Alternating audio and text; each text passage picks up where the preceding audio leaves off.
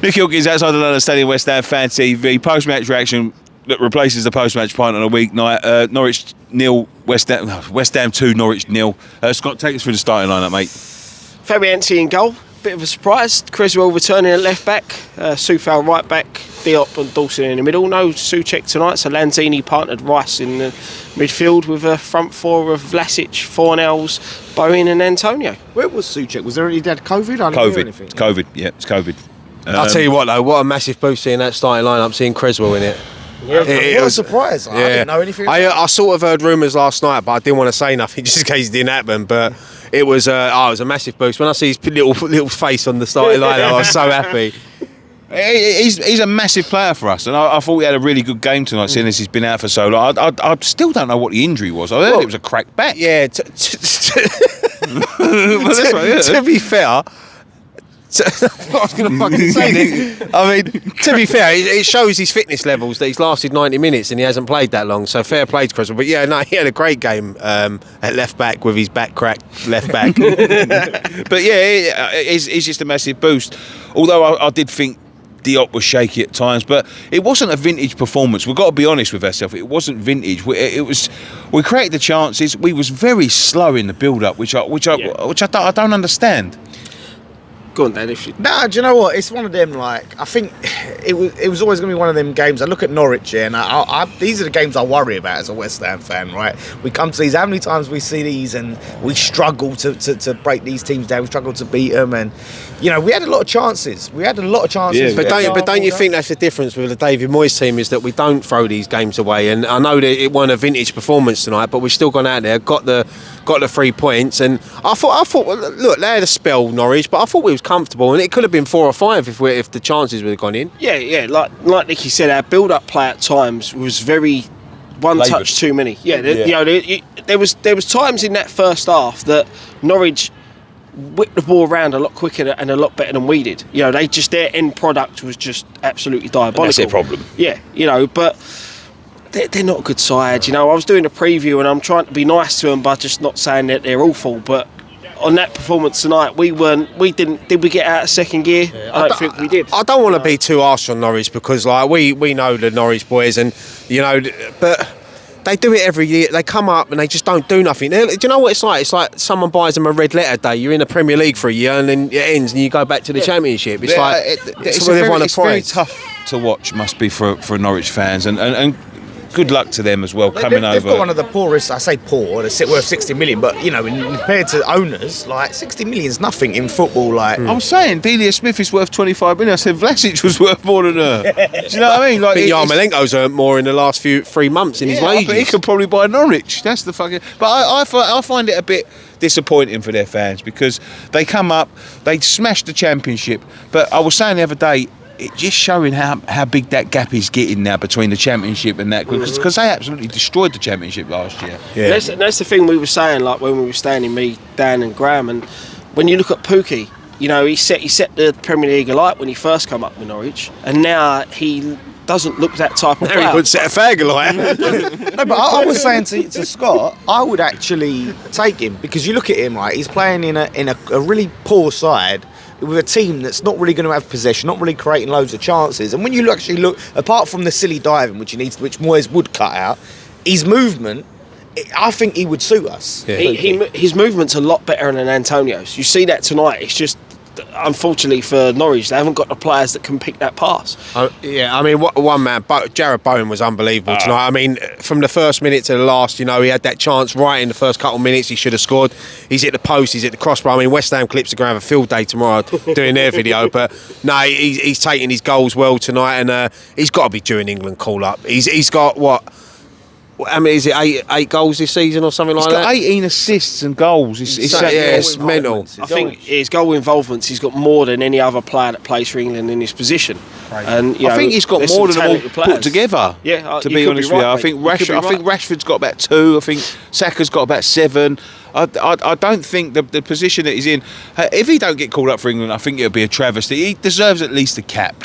Yeah. Jared Bowen, because the way he's playing at the moment, and we've seen that with Noble. Noble had a very purple patch You know, a few years ago, 2016, should have got an England cap, and it's never quite worked out for him. If Jarrod Bowen doesn't get an England cap, I think that'd be awful. I think he will, because Southgate and his staff have been watching Bowen for a long time, and I think he hasn't put a foot wrong, and he's just putting himself in the shop window for England, isn't he? Yeah, that's it, and that's what you want. You know, if your players are doing that and they're putting themselves in the window for international call-ups, it means that you're doing well as a side, and it does. You know, bit of more composure tonight. He definitely has that trick. But you know, he took his goals well, but I think he should have done more. But he's sort of like, over time from what he was, he's improving on that. Because like beginning of the season, you know, me and you, Scott, we was so frustrated. It was you two. It was both of us. We was getting so frustrated with him.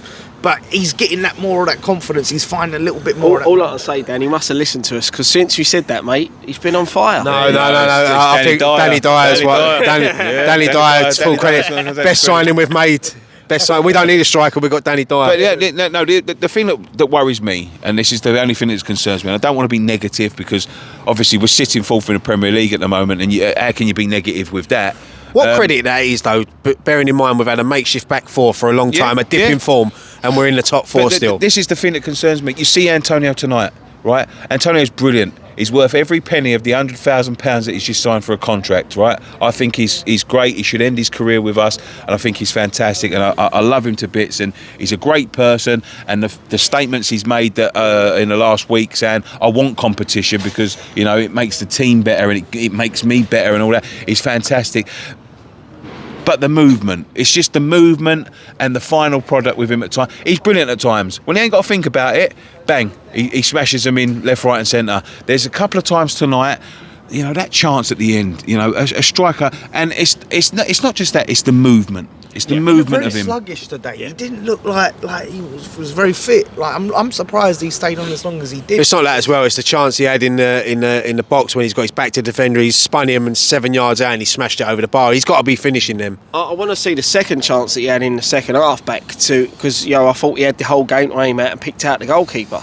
You know, and it's the that again with Antonio's game. That's the disappointment about it. You know, when he looks lively, when he looks on it, he's unplayable. But there's times when, like tonight, his movement's a bit laboured. And sometimes that's why you need someone else. That's why he needs that competition. So that when he is laboured, he's got someone there to push him, or we've got someone off the bench who's going to come on and move more. The creaky door back there, isn't it? What happened there? Yeah, I think. But, yeah, no, look, it was look, as you said earlier, it's not a vintage performance, but these are the games down the years we've thrown away. We've won tonight, clean sheet. We move on to Leeds, and then we've got a big game against United next week. I could see that equaliser coming tonight. Well, it was hurting my feelings. Close ones. The thing is, mate, you've got to look at it now. Look back at that save Fabianski makes. That's a match-winning save. Yeah. And look at Diop as well. Like, there's a point where they broke Diop. He goes and stands him up. And this is what I said about Fabianski. There's a lot of people calling for Areola to start, but Fabianski does that. He pulls off a world-class save like that, and this is what. Let's just appreciate we've got two great goalkeepers at the club now, because down the years we've struggled with having. We've had one good goalkeeper and an half decent goalkeeper on the bench, but now we've got two great goalkeepers. I think some of the people are pushing for Areola. It's that we want to keep him, we want to sign him. I think some people are worried that if we don't start giving him more games, then, you know, I mean, he's just going to go back to PSG. But it is what it is. He either wants to stay or he doesn't. At the end of the day, Fabianski's going to be coming towards the end of his career in the next year or two. It's whether Areola wants to challenge and he wants to. I think you'll probably see. You know, I'm sure Moisey would have had a chat with Areola when he signed him about what his plans were for this season, and hopefully next season you'll see roles reversed. You'll see Areola in as the number one, Fabianski picking up the cup games. A bit like Adrian Jaskalainen, that situation. Yeah. Cool, remember them days. But this is the thing, you know, for the club to move forward, we said when we signed Areola that it's a forward-thinking signing. You know, we're looking beyond the season. Clubs that go on a year's loan. The thing is, the thing is, with the thingy to buy, it's not the option to buy. It's with clubs that go on to achieve things have competition in all positions and good competition as well. Yeah, and like you said, that's what we've got. We've got a goalkeeper that on his day is world class, and we've got another goalkeeper sitting on the bench who's exactly the same. Do you trust? Do you think the signings? Right, we can't dance around it. near enough midway through January. We was all saying a couple of weeks ago, we've got to be ready 1st of January to get players through the door. You see the likes of Everton, Villa getting big players through the door. Not just players, but big players. You know, players that we could have been looking at. And they're getting them through the door. I think Villa are overpaying for some of their players. I don't think Coutinho's the player he was, and I think they're getting a bit excited about nothing. I think he's going to be the next James Rodriguez, if I'm quite honest with you. Famous last words, I guess, because when he comes here and bangs an hat-trick. And Digne 160k a week. I don't think we should be in a market for them sort of players, but we need to be in the market for something. Yeah, and I think it's disappointed me a bit because I think he's gambled with these games, thinking I think we've got enough for these. We know what David Moyes is like. He likes to leave things to the last minute. I mean, if anything's going to happen for Jesse Lingard, it's not going to happen now. It's going to happen at the end of the window. Nothing before the United game, that's for sure. It's going to be a deadline day thing. But I'm sure that they've identified players, and I'm sure they're going to wait until nearing it. I don't know why. Just go out and get them now. But yeah, I don't know. I mean, you look, Divock Origi is one player that I'd love to see at this football club, and I think if anything's going to happen with him, it'll be towards the end, because Liverpool are going to wait. Yeah, and that's the thing, because they've lost Salah and Mane, they're not going to be letting Origi go anywhere till deadline day. And the thing is, memory serves me right, we were in this position last season, halfway through the transfer window, haven't done no business, and then we go and get someone like Lingard in. The only thing that gives me a bit of confidence is Moyes has got a track record of bringing in some decent players for us, and you know, even if we have to dip down to the Championship, we're linked with Diaz at Blackburn, Robinson at Fulham. You know, so they are identifying the players. But yes, we'd love them all in on the 1st of January. 1st January, when that clock goes, we'll all come in through the door like Willy Wonka's factory. I understand what you're saying there, but what I'm saying is, I think with these games, I think he's identified some of these games and thought, we've got enough can win to it get. with We've got enough. And I don't think that's smart, because if we'd have lost or drew that game, if that equaliser goes in, he don't make that save, and you come out of here 1-1, and then you lose the game on Sunday, you're looking at 6th, 7th. To be fair though, he's right. Yeah, I mean, yeah. The thing is, I think he just likes to take his time with these things and look at all the options and analyse it and give it more games. You know, you look at Edouard last season, we were in for him until we ended up playing him, and he was shit, and then it looked like we was on to, he's like, nah, like, he seems to really like to take his time with things. So I like, well, I think it'll be towards the end of the window, you'll start to see things really speed up. And that's the thing. That's the good thing is, after next week, we've got a break, which gives us a bit of time to get, you know, it gives us assess where we are and what we're doing. And like you said, I think the left back that's going to Villa from Everton, you know, you're going to bring him. Scott? I ain't got a clue, mate. But Digne. You know, but at the end of the day, you're going to bring him. There's no way he's worth. You're going to pay him more than what we're paying Yarmolenko. It's crazy. It's crazy money, Scott. I mean, Newcastle just forked out 25 million on Chris Wood. I mean, that's ridiculous. I mean, look, nothing against Chris Wood, but. And then people were saying to me, "Oh, we should be signing players like that." I'm thinking, Mike said that. Thank you, Scott. I know. Yes, it was Mike. He scored 3 goals. He's scored 3 goals all season. He's got double figures every season that he's been in the Premier League. I'd rather get back from this. He's got 3 in 17. Chris Wood, that we had the goalkeeper coach the other year than Chris Wood at Burnley. He's not a West Ham player. Look, the only thing that's guaranteed now for Newcastle is they're going to score 2 goals against us because they've got Chris Wood and Callum Wilson. Yeah, but we're going to score 4. Wilson will be injured. So. He will be injured. Yeah, that's the thing, you know. But it's that move for Newcastle is a smart move because they've got a striker that can hold the ball up and get them further up the pitch. They've got players like Trippier who can cross the ball. So it's a smart, and they've took Burnley's best striker off him. I don't want to go too much into Newcastle, but it's their defence they need to worry about. Like we need defence. We need a defence. I think like even with Zuma coming back, I'd still like, because of Bonner's out for so long, we can get quality left-sided centre half. We get that a quality left-sided centre half. That's a massive boost as well. Zuma coming back, you know, because he should be back for the United game. There's rumours that if without COVID he could have been here tonight, so we might even see him on Sunday. You don't know yet. It might be another little surprise. Would be a boost, wouldn't it? Even on the bench. And but I think, look, if we can get at least 4 points from our next 2 games, Leeds and Man United, we've got that little break then to get more players in. Yeah. We're in that stage of the season now where we can't afford to lose 2 or 3 on the bounce. Yeah. If we lose, we've got to bounce back straight away because you start dropping down the table and teams above you will start pulling away. But I know we've got games in hand overseas, but as we've always said, you'd rather have the points on the board than the games in hand because you still got to win them. Yep. And now we're only 6 points behind Chelsea, you know, so we're closing that gap where there was a 12-point gap a few weeks ago. Yeah, that's what I'm saying. And Lions.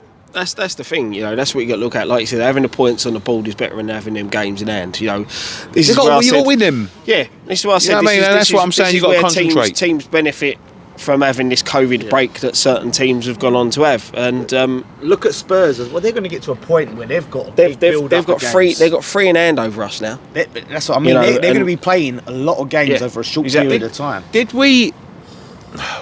No, I guess not, because we've picked up the points, but every other team seems to have played a COVID hand at some point, and we've not played one. Do you think that's? This is what I'm saying. There's teams out there that are benefiting from teams playing the COVID hand. You know, you've only got to see. Let me just bring this up as well. Was Southampton right in what they said? Because I know you mentioned this to me the other day. Say that, I think he was back. What about basically teams not being able to play their new signings in the games that was already delayed? Yeah, of course. I think he's bang on right. Them games. Look, you can sit there and say, all right, well, what if they were postponed for bad weather? Well, that's fine. But the fact that you've had Liverpool come out, it's in your control. Yeah, Liverpool have come out with like these false positives that they said that they had to get a game postponed. What's to say these other teams didn't do it? And I'm right. Newcastle is one. Yeah, I think they're right. They should could have 3 games where they've got a new signing that can make a difference. It's not only that. You've then got players who might have been injured at the time who have then come back. All right, look, if it's bad weather, it's bad weather. But then that will knock out quite a few games. Usually, I know you've only had the Burnley Spurs game that got knocked out for it. But this thing of the COVID and all that, if there's proof that there's a massive outbreak within the squad, then fair enough. But these teams are not providing the proof, and they're getting games called off. In my opinion, I think Liverpool, and look, don't sue me, but they've fudged that. They've done something there because, like I said, got a red pen out and started putting the crosses on the team. Yeah, because I've seen people saying the chances of having one false positive is very, very small, and they've had a shitload. Yeah. So there's teams that are benefiting from this COVID stuff. Look, I've had COVID, you've had COVID. This for a fully fit footballer, it's nothing. You know, it's like having a cold. And look, you say that though, Scott. It affects people in different ways because Andy behind the camera had it, and he was in bed for how long? 10 days. You say it affects people in different ways, and he's fit as a fiddle. But the thing is that when you've had it. These are professional athletes. If it's going to affect their performances, it will carry on affecting their performances. I feel worse now since apparently I've not got it than I did when I actually had it. So you're looking at professional footballers who are meant to have had it, but they're running around fit as a fiddle. Yeah.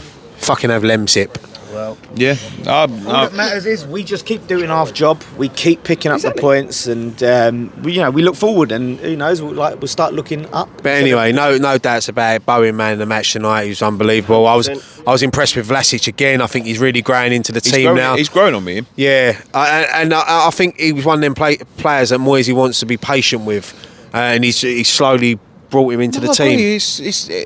I think you see this with most of the signings, like Fornells. When Moyes first came in, couldn't get into the side. Yep. I think Benrahma, another one.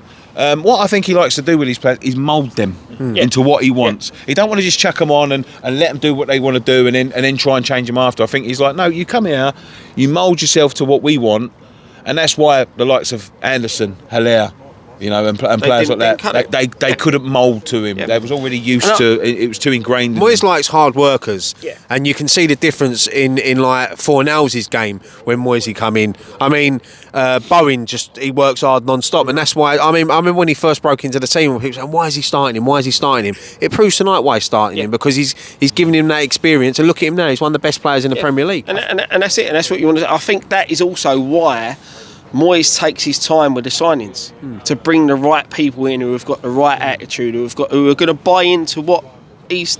At the end of the day, if a player comes in and he's not buying into what Moyes is about, it's not going to. He ain't signed any duds, has he? And I think, look, we're impatient as fans, but I think as long as he keeps getting it right with who he brings in, I can't complain, even if he does leave it to the last. The thing is, when you see other clubs making signings, you think, why aren't we doing that? I see people up in arms the other day when Watford signed someone, and I've never even heard of him. And they're like, why aren't we signing him? And I thought, you ain't even heard of him either. No, exactly. And you heard of him? No. Exactly. That's what I'm saying. But that's the thing. It is just getting the right people for the right job. But I think on Vlasic, if Lingard comes, he makes an instant impact. But if we don't sign Lingard, I don't look at it as the end of the world, because I have faith that Vlasic is going to be an important player for us. And you got to remember as well, we're getting Benny back at the end of the transfer window as well. So there's competition there. Don't be wrong. If Lingard comes in now, like he goes in and he makes a big impact because of how he plays. But if he wants to wait till the summer, I think just quickly on Lingard, I think with what he's not getting the United team. I think if there's an opportunity for him to come back here, he's crazy to turn it down. With what we're doing at the moment, as I said the other week, not comparing the clubs, because Man United are one of the biggest clubs in the world, but as a team, we're a better team than Man United. There's rumours that he wants to stay and come and sign on free for the end of the season, which is like, I think he wants like some sort of signing bonus. But then he can sign a pre-contracts now, and we can get him on loan. Yeah, they need to. Well, you've got it all worked out. Scott's got a plan. Fantastic. Thank you very much for joining us on this edition of West Ham Fan TV's post-match reaction. Please join us for all the build-up. Go and check out all the fan cams that we've just done. There's loads and loads and loads of them tonight. Lots of reaction tonight. Please check out our build-ups towards Leeds on Sunday. Check me tomorrow for Transfer Daily. And we've got loads more coming up, so stick with this channel. If you're new around here, subscribe. And one thing left to say, boys. Come on, you irons. Come on, you irons.